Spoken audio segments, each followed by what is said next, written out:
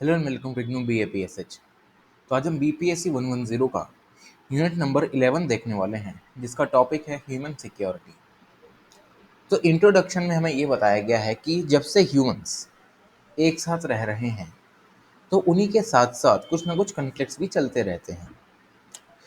Conflicts human nature का एक inherent part है कि अगर 5-10 लोग एक साथ रह रहे हैं तो ऑब्वियस सी बात है, एक ना एक दिन वो जरूर लड़ाई करेंगे ही करेंगे, एट एनी कॉस्ट। तो इसी को ध्यान में रखते हुए जो ह्यूमंस हैं वो चाहते हैं कि हमें पीस चाहिए, और पीस तभी मिलेगा जब वायलेंस खत्म होगी, कन्फ्लिक्ट्स को सेटल डाउन किया जाएगा और नॉन वायलेंस को ऑब्जर्व यहाँ पर किया जाएगा। तो इन सभी कंसर्न्स को देखते हुए इंटरनेशनल कम्युनिटी में ह्यूमन सिक्योरिटी की मांग उठने लगती है कि ह्यूमंस को हमें कन्फ्लिक्ट से बचाना है, नॉन वायलेंस को यहाँ पर प्रमोट करना है, पीस को इस्टेब्लिश करना है किसी भी कीमत पे वर्ल्ड में। तो इन सभी को देखते हुए आज के पैरालेंस में अगर हम देखें, ह्यूमन सिक्योरिटी का मतलब ये है कि एक हमें पीसफुल लाइफ चाहिए, जहाँ पर एक ऐसा इन्वायरमेंट हो जहाँ पर कोई भी कन्फ्लिक्ट ना हो, स्ट्रेस ना हो, नेगेटिविटी ना हो। ठीक है, तो ये सब यहाँ पर आज के टाइम पर ह्यूमन सिक्योरिटी में माने जाते हैं। और यहीं अगर हम ट्रेडिशनल सिक्योरिटी की बात करें तो ट्रेडिशनल सिक्योरिटी को, जो मॉडर्न कंसेप्ट है ह्यूमन सिक्योरिटी को, वो चैलेंज भी करता है। क्योंकि ट्रेडिशनल सिक्योरिटी में क्या है कि प्राइमरी कंडीशन रखी जाती है कि नेशनल, रीजनल और ग्लोबल सिक्योरिटी हमें चाहिए। मतलब नेशनल इंटीग्रिटी, सॉवरेनिटी, इन सभी पर ज़्यादा ध्यान दिया जाता है। मतलब स्टेट सेंट्रिक अप्रोच यहाँ पर अपनाई जाती है। पर आज के टाइम पर जो ह्यूमन सिक्योरिटी का कॉन्सेप्ट है वो इसे कहीं ना कहीं चैलेंज भी कर रहा है। तो इस मॉडर्न ह्यूमन सिक्योरिटी के कंसेप्ट को UNDP में 1994 में इंक्लूड कर लिया जाता है in the name of human development report. इस रिपोर्ट में ह्यूमन सिक्योरिटी को एक ऐसा फील्ड यहाँ पर इंक्लूड कर लिया जाता है कि ह्यूमन सिक्योरिटी भी अब UNDP के प्रोग्राम में यहाँ पर इम्प्लीमेंट की जाएगी।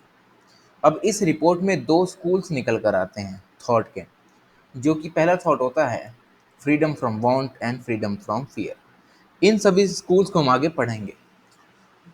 तो सबसे पहले हम बात करते हैं ह्यूमन सिक्योरिटी की कि UNDP के अकॉर्डिंग जो ह्यूमन सिक्योरिटी है उसमें कौन कौन से डोमेन्स आते हैं। तो इस सब की शुरुआत होती है डॉक्टर महबूब उल हक से। तो ये डॉक्टर महबूब जो होते हैं वो 1994 में यूनाइटेड नेशंस में पहली बार ग्लोबल अटेंशन गेन करने के लिए ह्यूमन सिक्योरिटी का कंसेप्ट UNDP में लाते हैं, ह्यूमन डेवलपमेंट रिपोर्ट में। और 1995 में इसको डिस्कस किया जाता है कोपेनहेगन, डेनमार्क में। उसी के बाद से ही जो UNDP होता है, यहाँ पर ह्यूमन सिक्योरिटी की जो इम्पोर्टेंस है वो यहाँ पर बढ़ने लग जाती है। इस समय पर ये UNDP होता है वो भी मान लेता है कि ह्यूमन सिक्योरिटी जो है वो सिर्फ territorial boundary, territorial integrity, sovereignty, इन सब से रिलेटेड नहीं होता। और भी ज़्यादा डोमेन्स होते हैं ह्यूमन सिक्योरिटी के, जो कि यहाँ पर हमें बताए गए हैं। तो सबसे पहला जो डोमेन आता है वो आता है पॉलिटिकल सिक्योरिटी। अब पॉलिटिकल सिक्योरिटी है क्या कि जो लोग किसी भी पर्टिकुलर सोसाइटी में रह रहे हैं, हमें उन्हें कुछ बेसिक ह्यूमन राइट्स देने चाहिए बर्थ से, जो कि उनके लिए बहुत ज़्यादा ज़रूरी है सेल्फ डेवलपमेंट के लिए। एमनेस्टी इंटरनेशनल की एक रिपोर्ट के अकॉर्डिंग पॉलिटिकल सिक्योरिटी के सबसे जो कंसर्न्स रहते हैं वो रहते हैं कि बहुत सारे लोगों के ऊपर पॉलिटिकल रिप्रेशन आता है, उन्हें टॉर्चर किया जाता है। ठीक है, पॉलिटिकल रिप्रेशन का ये मतलब है कि कोई पॉलिटिकल फिगर है वहाँ की बहुत ही फेमस, वो वहाँ के लोगों को क्या करती है, सप्रेस करके रखती है, अपने खिलाफ कुछ बोलने नहीं देती, अपने एरिया से उनको गायब करवा दिया जाता है, इल ट्रीटमेंट होता है, डिस्क्रिमिनेशन होता है। तो ये सारे ह्यूमन राइट्स वायलेशन को देखते हुए जो एमनेस्टी इंटरनेशनल है वो ये कहती है कि इन सभी से पॉलिटिकल अनरेस्ट फैलता है, और अगर पॉलिटिकल अनरेस्ट फैलता है तो सोसाइटी डिसबैलेंस हो जाती है और अल्टीमेटली जो भी कंट्री है वो कोलैप्स कर जाती है। इसी से बचने के लिए हमें लोगों को पॉलिटिकल सिक्योरिटी देनी चाहिए, जहाँ पर उन्हें कुछ बेसिक ह्यूमन राइट्स दिए जाएं, जिनको एक्सपीरियंस करके वो खुद के साथ साथ दूसरों को भी अवेयर बना सकें और अपना डेवलपमेंट कर सकें। सेकंड आता है इकोनॉमिक सिक्योरिटी। अब इकोनॉमिक सिक्योरिटी का मतलब ये है कि हमें जो भी इंडिविजुअल कोई प्रोडक्टिव वर्क कर रहा है, लेबर वर्क कर रहा है, या किसी भी तरीके के प्रोफेशन में काम कर रहा है, एक घर चलाने के लिए उसको एक बेसिक इनकम दे दी जाए। बेसिक इनकम जो कि हर महीने 10,000 दे दिए, 12,000 दे दिए, ताकि उसका जो घर है वो आराम से चल सके, खाना अच्छे से खा सके, कपड़े अच्छे पहन सके और अच्छा लिविंग ऑफ स्टैंडर्ड यहाँ पर इम्प्रूव कर सके अपना। तो ये सब हमारा इकोनॉमिक सिक्योरिटी में आता है।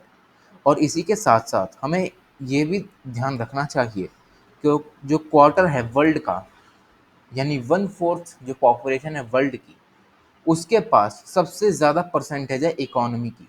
मतलब पैसा पूरे वर्ल्ड के पास 1/4 हिस्से के जो लोग हैं उनके पास ही रहता है। अब इसमें होता क्या है कि जो लोग ये होते हैं, इकोनॉमिकली डोमिनेंट क्लास जो होती है, वो कहीं न कहीं सोसाइटी को डोमिनेट करने लगती है, पॉलिटिक्स को डोमिनेट करने लगती है। इसकी वजह से जो गरीब है वो गरीब रह जाता है, अमीर अमीर बनता रहता है। ये सारे जो कंसर्न्स हैं वो डेवलपिंग कंट्रीज़ में भी उठाए जाते हैं। बहुत सारे ऐसे कंट्रीज़ हैं जो कि आज एम्प्लॉयमेंट के लिए जूझ रहे हैं, ठीक है? उनमें एम्प्लॉयमेंट नहीं है। तो ये सब यहाँ पर बताया जाता है कि ह्यूमन इकोनॉमिक सिक्योरिटी में क्या है कि एक इंसान कोई भी प्रोडक्टिव वर्क कर रहा हो, लेबर वर्क कर रहा हो, कोई भी प्रोफ़ेशन में वर्क कर रहा हो, हमें बस उसे एक बेसिक इनकम देनी है, जिससे कि वो अपना घर अच्छे से चला सके, अच्छी लाइफ जी सके। और ये सिर्फ डेवलपिंग कंट्रीज तक नहीं है, डेवलप कंट्रीज में भी हमें देखने को मिलता है कि बहुत सारी गवर्नमेंट्स ऐसी होती हैं कि वादा तो कर देती है एम्प्लॉयमेंट देंगे, पर बाद में वो वादा क्या होता है वो अधूरा रह जाता है। अनएम्प्लॉयमेंट प्रॉब्लम्स यहाँ पर बढ़ती रहती हैं, जिसकी वजह से क्लास यहाँ पर कन्फ्लिक्ट में आ जाती है कि जो इकोनॉमिकली डोमिनेंट क्लास है वो लड़ती है गरीब क्लास से। तो इस सभी से होता क्या है कि मैसिव वायलेंस यहाँ पर हमें देखने को मिलती है। तो ये सब कंसर्न्स रहते हैं हमारे इकोनॉमिक सिक्योरिटी के साथ। नेक्स्ट आता है हेल्थ सिक्योरिटी। हेल्थ सिक्योरिटी एक बहुत ही वाइटल कॉम्पोनेंट्स है किसी भी पॉलिसी मेकिंग के लिए जो भी गवर्नमेंट बनाती है। इसका एम ये होता है कि जो भी लोग उस पर्टिकुलर देश में रह रहे हैं, किसी भी देश में, उनको डिजीज़ से बचाना है, अनहेल्दी लाइफस्टाइल से बचाना है। खासकर के डेवलपिंग कंट्रीज़ जो हैं वो बहुत ही ज़्यादा सफ़र करती हैं इन चीज़ों से, क्योंकि डेवलपिंग कंट्रीज़ में क्या है, यहाँ पर सिर्फ ग्रोथ को या डेवलपमेंट को इम्पोर्टेंस दी जाती है, ठीक है? लाइफ़स्टाइल कैसी हो, ठीक है? डिज़ीज़ से बचना है, नहीं बचना है, ठीक है? सब लगे पड़े हैं सिर्फ अपना डेवलपमेंट करने में।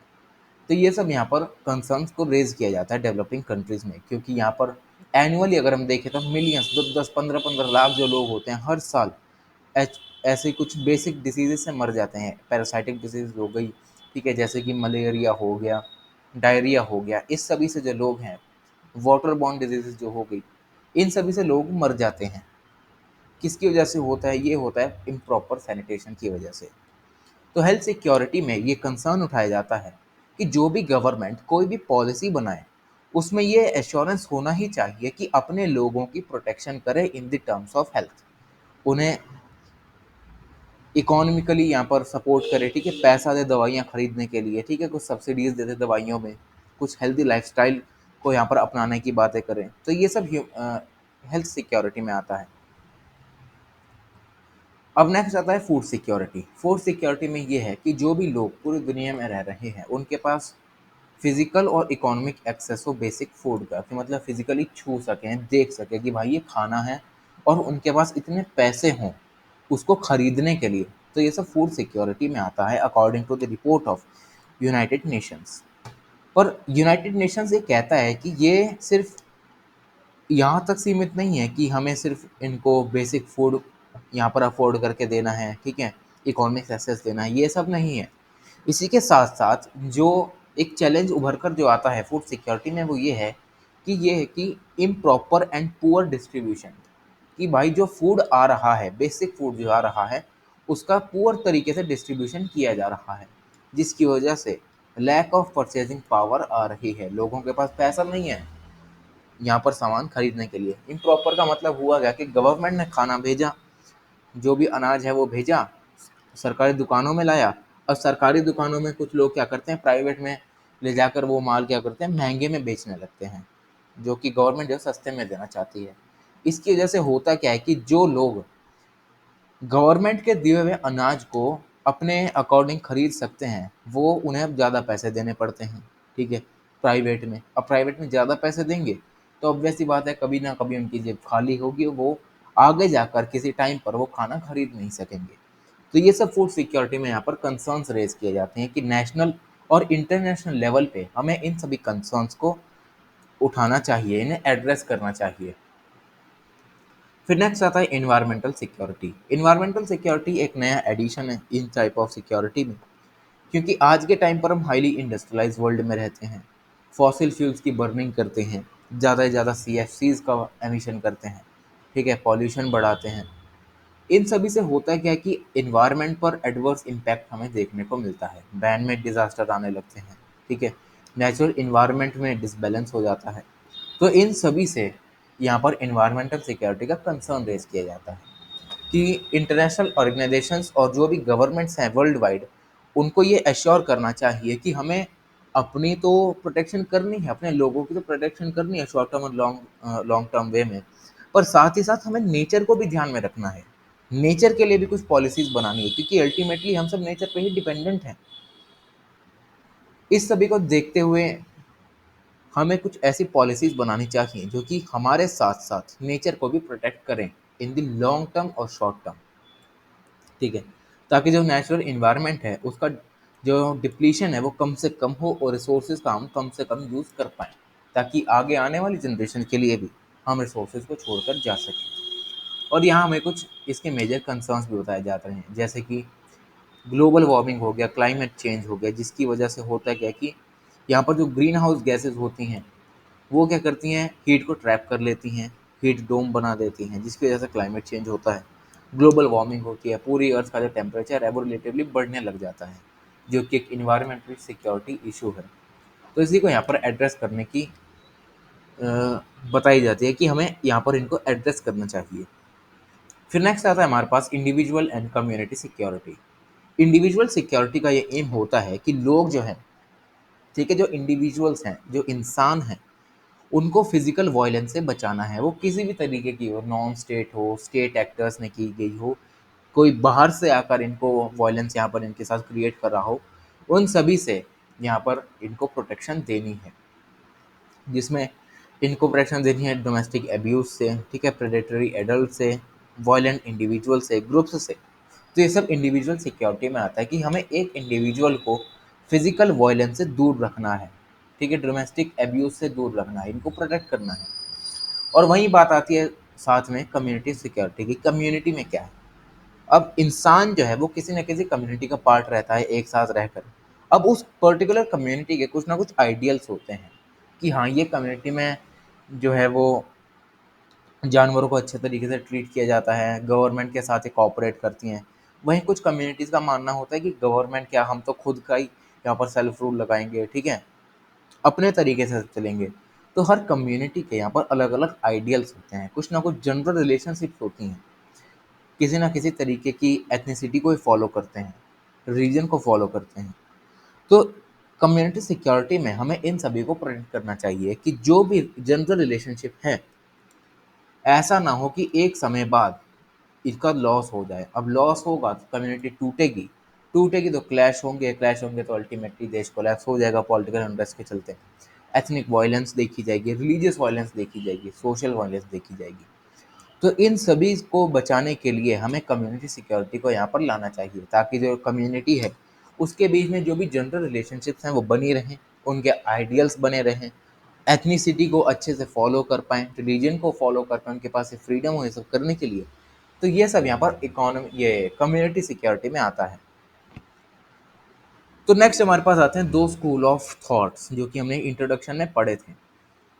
तो सबसे पहला जो थॉट होता है वो आता है कि फ्रीडम फ्रॉम फियर। तो इस स्कूल का ये मानना होता है कि जो ह्यूमन सिक्योरिटी है उसे सिर्फ इस सब को ध्यान में नहीं रख के ये पॉलिसी बनानी चाहिए कि हमें वायलेंट कन्फ्लिक्ट से बचना चाहिए, ठीक है, हमें टेरिटोरियल इंटीग्रिटी बना के रखनी चाहिए, ठीक है, या वायलेंस एब्यूज से बचना चाहिए। तो इस पर्टिकुलर स्कूल ऑफ थॉट में ये कहा जाता है कि ये सब तो ठीक है, पर इसी के साथ साथ हमें दूसरे डायमेंशंस का भी ध्यान रखना चाहिए जो कि ह्यूमन सिक्योरिटी के लिए यहाँ पर थ्रेट बन सकती हैं, जैसे कि पोवर्टी। अब जब कोई आदमी गरीब है उसको ये डर बना रहेगा, ठीक है, अब डर के मारे वो क्या करेगा, चोरी करेगा।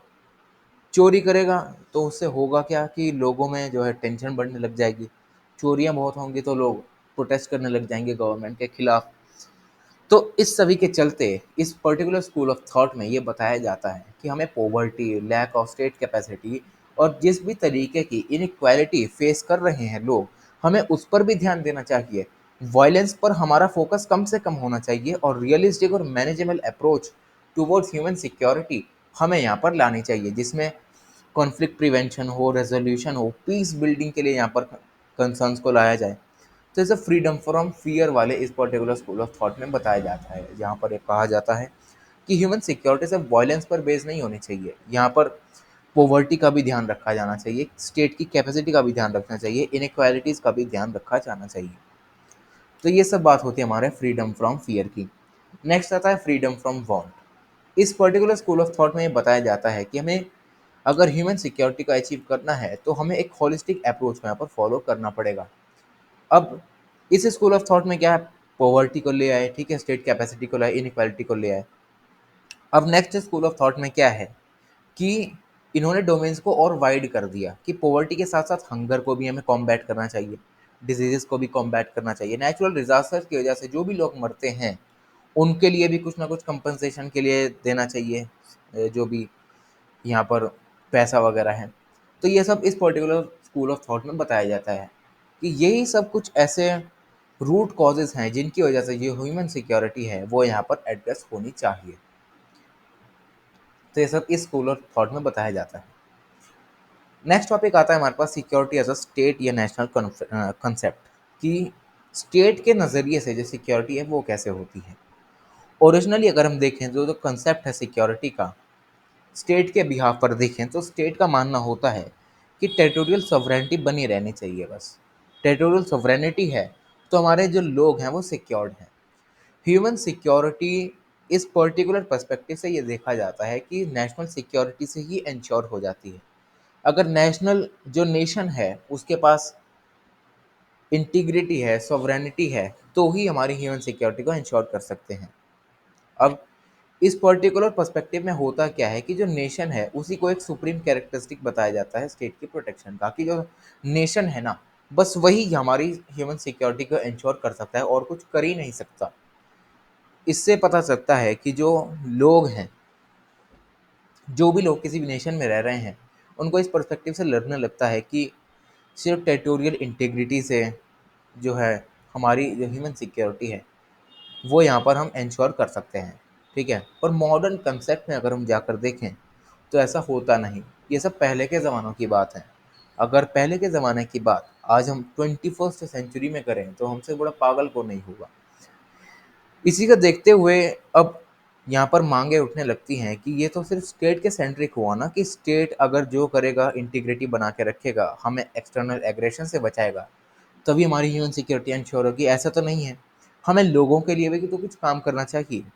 तो इसी के लिए यहाँ पर पीपल सेंट्रिक अप्रोच का यहाँ पर कंसेप्ट लाया जाता है कि जो कंसर्न है ह्यूमन सिक्योरिटी का स्पेशली 20th सेंचुरी में, वो पीपल सेंट्रिक होना चाहिए ना कि स्टेट सेंट्रिक, ठीक है। अब इस अप्रोच में ये कहा जाता है कि जब दो वर्ल्ड वॉर हुए, यूएन बेस्ड कॉन्फ्रेंसेस हुई, इसके बाद से कहा गया कि जो स्टेट है उस पे हमें कुछ लिमिटेशंस लगानी चाहिए ताकि सॉवरेनिटी बेस्ड जो सिक्योरिटी है वो यहाँ पर ख़त्म की जा सके, क्योंकि सॉवरेनिटी बेस्ड जो सिक्योरिटी है उसकी वजह से यहाँ पर ह्यूमन सिक्योर फील नहीं कर रहे हैं। उन्हें लोगों की ज़िंदगियों को बचाना है, ना कि उस टेरिटरी को, ठीक है। इस कंसेप्ट को आगे जाकर यहाँ पर universal declaration of human rights में उठाया जाता है कि कौन कौन से ऐसे पॉइंट्स हैं जिन्हें हमें यहाँ पर इंटरनेशनल लेवल पे हाईलाइट करना चाहिए। तो universal declaration of human rights में कुछ यहाँ पर फंडामेंटल फ्रीडम्स बताई जाती हैं कि जो जो भी ह्यूमंस इस अर्थ पे पैदा होते हैं उनको बर्थ के साथ ही कोई ना कोई तरीके का यहाँ पर राइट देना चाहिए, जिसको एक्सपीरियंस करके अपना सेल्फ डेवलपमेंट कर सकें, ताकि जो गवर्नमेंट्स हैं वो भी इनके लिए कुछ काम कर सकें। तो ये सब यहाँ पर कहा जाता है और इसमें कुछ कंसर्न्स को भी उठाया जाता है, जैसे कि फ्रीडम ऑफ स्पीच, कि मतलब हम कहीं भी जाकर कुछ भी बोल सकते हैं, पर ये एब्सोल्यूट नहीं है, किसी ना किसी तरीके की रेस्ट्रिक्शन तो रहती है, पर अपनी बात हम कहीं भी रख सकते हैं पूरे वर्ल्ड में। तो ये सब पहला यहाँ पर इसका कंसर्न उठाया जाता है। सेकंड कंसर्न रहता है कि किसी भी भगवान को हम वर्शिप कर सकते हैं किसी भी जगह पर। थर्ड रहता है कि जिस भी तरीके का हम सामान चाहते हैं, ठीक है, खरीदना चाहते हैं, जैसा ही हम लाइफ बनाना चाहते हैं, हम वैसे बना सकते हैं। किसी का हमारे ऊपर किसी भी तरीके का कोई प्रेशर नहीं होना चाहिए, ठीक है। किसी भी नेशन को यहाँ पर हेल्दी, यहाँ पर पीस को इस्टेब्लिश करना चाहिए अपने इनहेबिटेंट्स के लिए, ठीक है, ताकि जो लोग हैं वो यहाँ पर खुश रह सकें और उनका गवर्नमेंट पे ट्रस्ट बना रहे।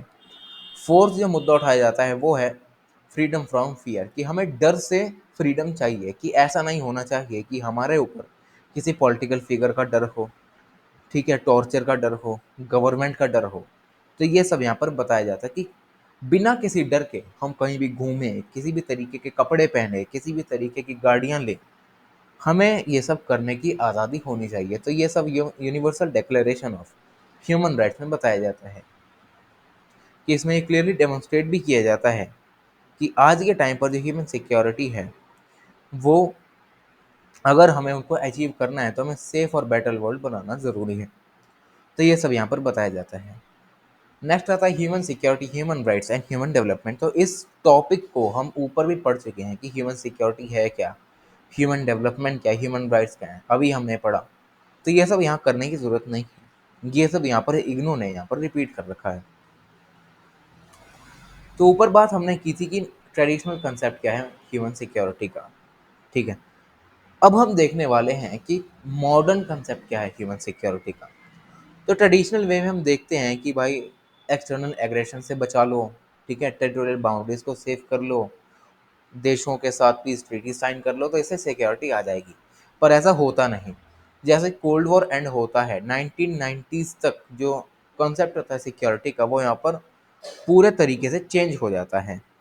और यहाँ पर एक इनिशिएटिव उठाया जाता है कि जो नेशंस हैं उनको अब ह्यूमन डेवलपमेंट पर ज़्यादा ध्यान देना चाहिए, ह्यूमन राइट्स पर ज़्यादा ध्यान देना चाहिए, ताकि जो सिक्योरिटी है हम उसको अचीव कर सकें। तो इसी के साथ साथ जो ह्यूमन सिक्योरिटी होती है मॉडर्न वर्ल्ड में, उसको इम्पोर्टेंस मिलने लगती है, जहाँ पर ह्यूमन लाइफ के जो एलिमेंट हैं उनको यहाँ पर लाया जाता है कि ह्यूमन लाइफ में ऐसे हमें कुछ राइट्स देने चाहिए, ठीक है, बेसिक राइट्स हमें देनी चाहिए, बेसिक इनकम देनी चाहिए। तो ये सब मॉडर्न जो कंसेप्ट निकलता है ह्यूमन सिक्योरिटी का, वो इसमें इंक्लूड किए जाते हैं। और इसमें ये भी इंक्लूड किया जाता है कि जो भी गरीब हैं, जिनको ज़रूरत है, मार्जिनलाइज सेक्शन है, जो डिसेबल्ड लोग हैं पूरे वर्ल्ड के, उन्हें भी हमें इसमें शामिल करना चाहिए, ताकि पीपल सेंटर्ड सिक्योरिटी को हम यहाँ पर एब्सोल्युटली हर लेवल पे, भले ही वो नेशनल हो, रीजनल हो या ग्लोबल हो, वो हम यहाँ पर इनको ला सकें। तो ये सब इसमें बताया जाता है। और इसके साथ साथ कुछ बेसिक इलेबोरेशन भी बताई जाती है, जैसे कि हमने ऊपर भी ये पढ़ रखा है कि ह्यूमन सिक्योरिटी का मतलब ये नहीं होता कि ह्यूमंस को सिर्फ वायलेंस से बचा लो, ये बचा लो। हमें डिजीजेस, एजुकेशन, ठीक है, हेल्थ, सैनिटेशन, इन सभी के साथ ह्यूमंस की सिक्योरिटी का इंश्योर करना चाहिए। ह्यूमन सिक्योरिटी को पीपल सेंट्रिक बनाना चाहिए, जिसमें ह्यूमन वेलफेयर से एसोसिएटेड जो भी पॉलिसीज़ हैं उनको बनाया जाए, उनकी लाइफ को प्रोटेक्ट किया जाए क्रिटिकल थ्रेट से, ठीक है, उनकी जो भी नीड्स हैं गुड गवर्नेंस के थ्रू हम उन्हें फुलफ़िल करें, ग्लोबल कंसेप्ट बनाएं ह्यूमन सिक्योरिटी को, ठीक है। तो ये सब इसमें बताया जाता है। और बाकी सब ये जो टॉपिक्स हैं ये सब रिपीटेड टॉपिक्स ही हैं, ठीक है। हम ऊपर ये सब पढ़ चुके हैं कि ट्रेडिशनल सिक्योरिटी क्या है, ह्यूमन सिक्योरिटी क्या है। तो ये सब ज़्यादा पढ़ने की हमें ज़रूरत नहीं है, हम इसने से ही अपना काम चला सकते हैं। तो ये हमारा यूनिट ख़त्म होता है BPSC 110 का। Thank you so much.